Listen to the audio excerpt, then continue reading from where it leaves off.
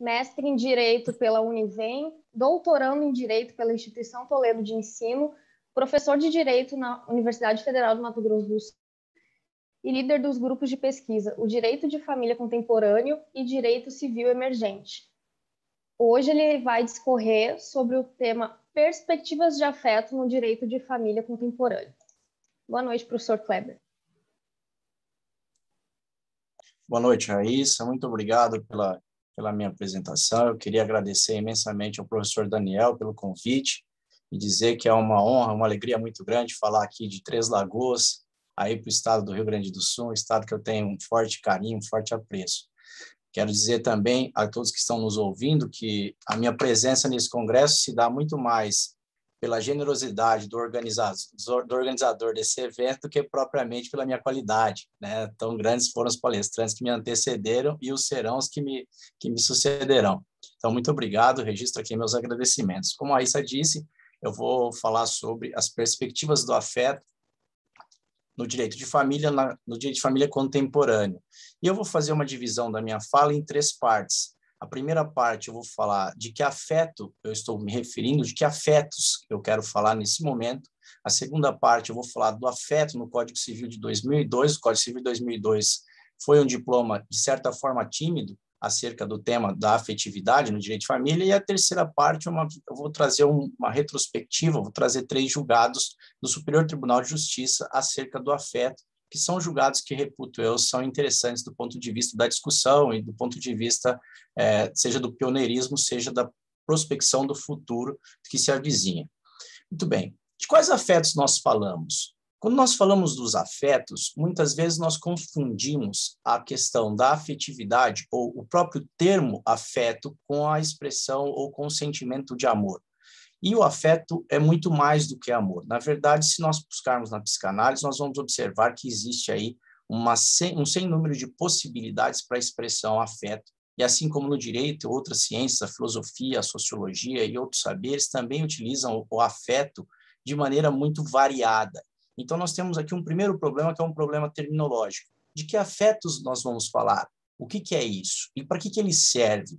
E por que ele é importante? Veja, quando a Constituição Federal estabelece que a dignidade da pessoa humana é um fundamento da República, e nós pensamos que a dignidade, não é possível a gente ter dignidade senão a partir de uma construção de si no mundo, nós pensamos no afeto também como a necessidade de relações que a gente constrói, ou que nós construímos, em relação à nossa família e em relação às demais pessoas que nos são próximas ou que nos são distantes.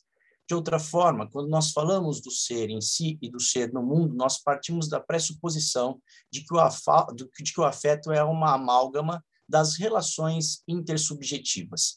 Eu só sei me relacionar a partir do momento em que eu treino as minhas relações, seja lá na primeira infância com a mãe, seja durante o meu desenvolvimento com as relações com os irmãos ou com os pais, e depois nos pequenos grupos na escola, e assim sucessivamente até eu atingir a grande sociedade, vamos dizer assim, como a família sendo, portanto, a base, a célula base do Estado.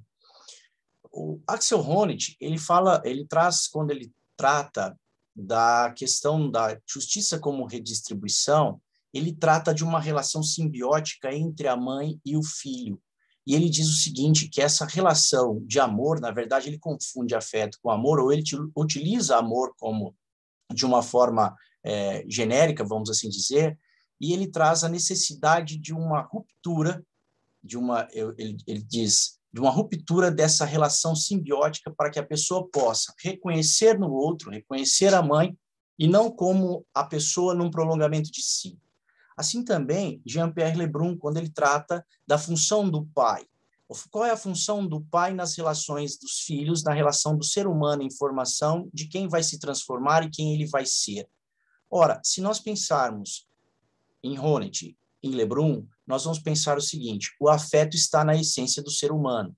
Estando na essência do ser humano, é imprescindível que nós falemos sobre ele, imprescindível que nós pensemos sobre ele, especialmente dando uma relevância para o nosso sistema ou para o mundo jurídico, acerca da sua importância no nosso contexto. E aqui, repito mais uma vez, afeto não é amor, não é carinho. Afetos, na verdade, são instintos de vida ou instintos de morte, na expressão de Freud. Freud usa uma expressão muito interessante quando ele trata, no mal-estar da civilização, acerca das questões de vida e de morte, ou dos impulsos de vida do ser humano e os impulsos de morte. E diz ele que nós somos levados, nós somos tentados por ambos impulsos, seja para que nós tenhamos relações de vida no sentido de amor, carinho, nós poderíamos dizer afetos bonzinhos, ou seja, quando nós somos tomados por ira, por raiva ou ódio ou sentimentos, nós poderíamos dizer menos nobre. Essa visão, essa ideia de Freud vem sempre à mente aqueles desenhos animados que nós assistimos quando criança, de um capetinha de um lado dizendo, vai lá, atiça, vai lá, faz errado, e de um anjinho do outro dizendo, não, não faça isso, vai dar errado, você não é assim, você é melhor que isso. Então, nós somos, na verdade, essa fusão, ou de outra forma, esse misto do bom e do mal em conflito, dos impulsos de vida e dos impulsos de morte em conflito num dia a dia ininterrupto. E isso nos forja a nossa essência, forja quem nós somos, forja as nossas relações.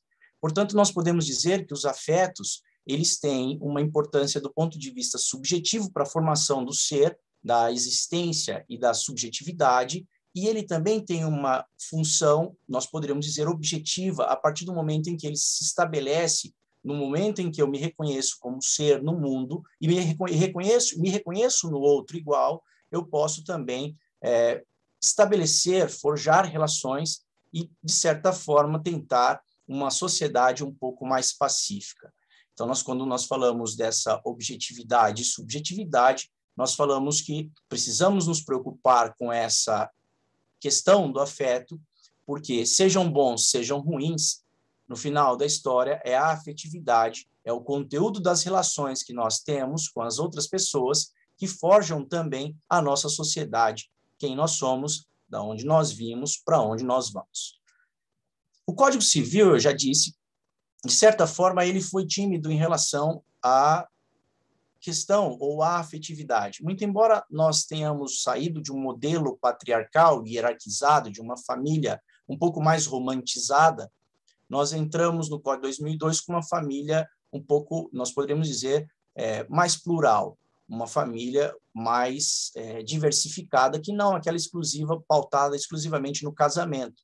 Mas o Código não tocou expressamente no afeto, na afetividade, como um valor jurídico, como um princípio ou como um postulado, como defende Conrado Paulino da Rosa e Cristiano Chaves no Teoria Geral do Afeto.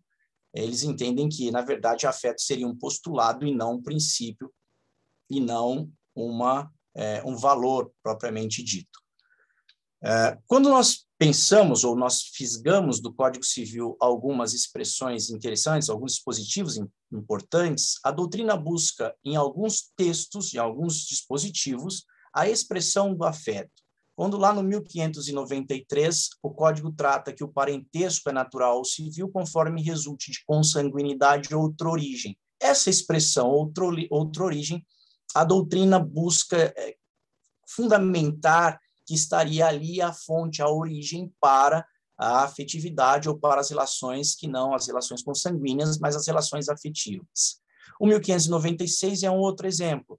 Os filhos havidos ou não da relação de casamento, estabelece o dispositivo, ou por adoção, terão os mesmos direitos e qualificações proibidas quaisquer designações discriminatórias relativas à filiação. Quer dizer, nós temos ali o impedimento da discriminação, o impedimento da existência de filhos diferentes ou de filhos legítimos e ilegítimos que o Código 906 trazia de uma forma a não conceber ou a não se coadunar com a Constituição Federal de 1988. E nós temos também o 1597, o inciso 5, quando estabelece a presunção de nascidos, ou presunção de filhos nascidos do casamento, na constância do casamento, aqueles havidos por inseminação artificial heteróloga, desde que tenha prévia autorização do marido. E, finalmente, o 1605, na falta ou defeito de termo de nascimento, poderá provar-se filiação por qualquer modo admissível em direito. Inciso 2, quando existirem veementes presunções resultantes de fatos já certos.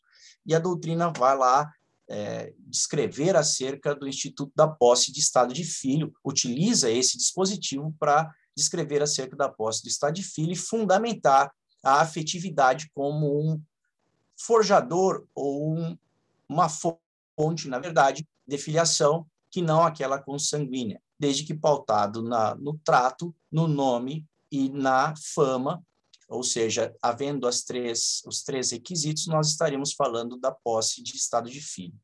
Recentemente, em 2014, houve uma mudança no artigo 1584 acerca da guarda, com a introdução do parágrafo 5º, que estabeleceu o seguinte: se o juiz verificar que o filho não deve permanecer sob a guarda do pai ou da mãe, deferirá a guarda à pessoa que revele compatibilidade com a natureza da medida, considerados de preferência o grau de parentesco e as relações de afinidade e afetividade. Esse é o único dispositivo em que há menção expressa à afetividade, ao afeto, nas relações ou no Código Civil. Portanto, nós temos aqui um lapso de 12 anos para que o Código Civil expressamente fizesse a previsão do afeto para as relações de direito de família. E, finalmente, já caminhando para a parte final da minha apresentação aqui, para não tomar muito tempo dos colegas que virão, o Superior Tribunal de Justiça ele tem algumas decisões muito interessantes do ponto de vista da afetividade, do ponto de vista do afeto. E é interessante por quê? Porque, num primeiro momento, lá em 2005, no recurso especial 757.411 de Minas Gerais, se recusou, eu penso que esse seja um dos pioneiros julgados do Superior Tribunal de Justiça acerca da afetividade. E o STJ decidiu que não era possível a reparação, recusou, portanto, a reparação de danos morais no caso de abandono afetivo. Então, ele entendia que, nessa hipótese, o julgado da 4ª turma decidiu que não era aplicável, não era possível a aplicação de indenização no caso do abandono afetivo. Esse julgado ele é muito interessante, compensa um estudo específico dele, especialmente porque, no voto vencido, há uma menção muito interessante de que uma das sanções possíveis para o abandono afetivo seria a extinção, a perda do poder familiar. Talvez me parece um contrassenso, né? Extinguir o poder familiar para aquele que já abandonou me parece, na verdade, coroar um comportamento, eu diria, disforme, contrário ao direito. E o recurso extraordinário 1.159.242, de relatoria da ministra Nancy Andrighi, da 3ª turma, já em 2012, muda sobremaneira essa visão, e o STJ entende que é possível a reparação, e a ministra Nancy Andrighi diz que, na verdade, o afeto é subjetivo e não se indeniza, mas o cuidado que ele representa, então, o afeto como cuidado, na verdade, seria passível de indenização, porque nessa hipótese nós teríamos, segundo a ministra, a possibilidade de objetivar e tornar aquela conduta de cuidado, de zelo, daquele que é responsável pelo desenvolvimento, pela educação do filho, a responsabilidade pelo zelo pelo cuidado, ou seja, um comportamento que se é esperado numa determinada situação.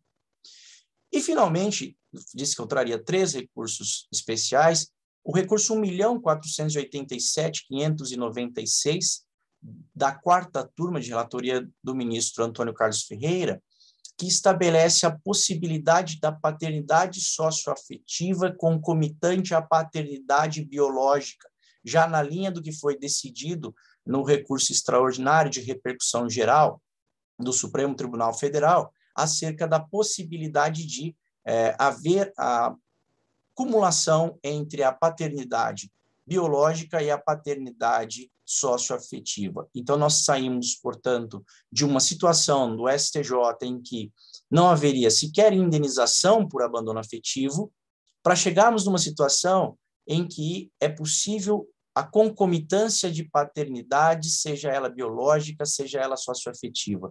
Se nós pegarmos da década de 90 até o nosso momento atual, nós temos um avanço do ponto de vista da relevância do afeto. A década de 90 foi uma década marcada pela biologia, pelo biologismo, pelo DNA, onde o DNA era uma verdade absoluta. E hoje nós temos a possibilidade de reconhecimento da afetividade. E já encerrando, prometo aqui, tenho aqui 26 segundos, pelo que me consta aqui no meu cronômetro, é importante que a gente pense o seguinte: a família mudou. A família não é mais a família do século passado. As relações não são mais as relações do século passado. As pessoas não são mais as pessoas do século passado.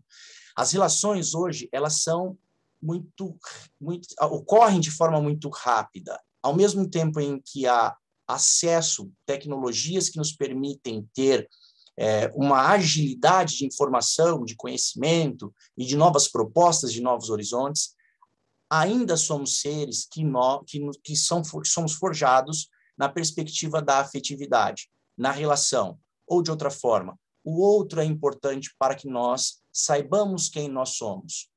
A relação com o outro é fundamental, e a relação com o outro se faz ou se forja a partir dos liames afetivos. Sejam afetos bons, sejam afetos ruins, sejam afetos de vida, sejam afetos de morte, ou sejam impulsos de vida, sejam impulsos de morte. No final e ao cabo, nós estamos vinculados às demais pessoas nessa trama de existência a partir das relações afetivas.